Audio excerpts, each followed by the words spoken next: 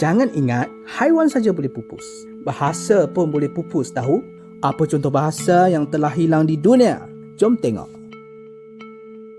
Bahasa membentuk kepribadian bangsa. Malah cara kita bercakap, baik pemilihan kata-kata, tinggi, rendah suara, kelajuan dan irama yang menunjukkan siapa diri kita.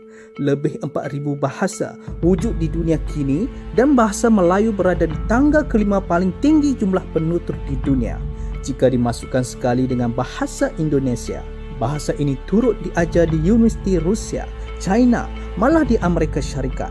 Tapi tahukah anda, ada juga bahasa yang sudah pupus?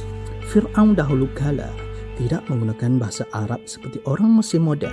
Sebaliknya, mereka menggunakan bahasa mereka sendiri yang mirip bahasa Koptik.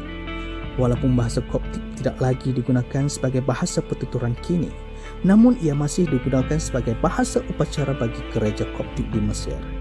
Bahasa Mesir kuno yang digunakan selama 4,000 tahun kini sudah pupus. Begitu juga bahasa Sumeria, ketapadunan yang pertama mencipta tulisan kuniform untuk mencatat cerita, rekod perniagaan dan undang-undang.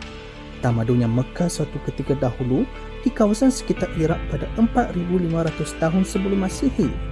Bahasa ini makin kurang digunakan selepas penduduknya memilih untuk menggunakan bahasa Akadia dari tamadun berjiran.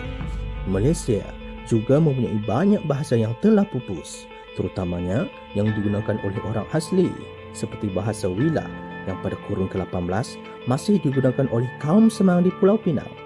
Bahasa yang mempunyai ciri Mon Khmer kini sudah tidak lagi wujud. Malah bahasa Melayu sendiri telah berubah mengikut peredaran zaman. Bahasa asal atau beka Melayu sukar difahami jika dipertuturkan sekarang, memandangkan telah menerima pelbagai pengaruh luar, terutamanya dari Sanskrit, Arab, Portugis, India, China dan Inggeris. Malah istilah bahasa sendiri berasal dari perkataan bahasa dari Sanskrit, sedangkan asalnya disebut beka.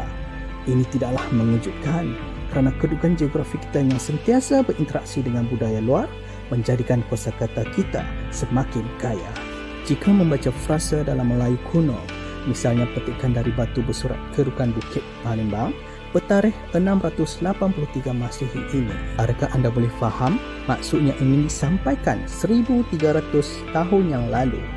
Mungkin perasaan perkataan seperti bulan, naik, berlepas, dari, membawa, bala dua, laksa, ratus, dengan, jalan banyaknya, datang, di, membuat dan benua. Perhatikan juga kata awalan ma dalam mawawa yang membawa maksud membawa dan lepas, berlepas, mirip dengan kata kerja yang digunakan kini. Bahasa Melayu yang dulu kelihatan mundur kini mula nampak penting. Siapa sangka watak animasi seperti Boboiboy dan Upi menjadi duta besar Malaysia ke Indonesia, sehingga semakin ramai orang Indonesia kini semakin serasi dengan bahasa Melayu. Lagu-lagu Indonesia juga sering bermain di corong radio Malaysia. Kebersamaan bahasa ini boleh diterjemahkan dengan pasaran ekonomi yang maha luas menanti untuk disuburkan. Apapun, bahasa atau beka kita ini harus dijaga dengan bangga demi kemakmuran bersama.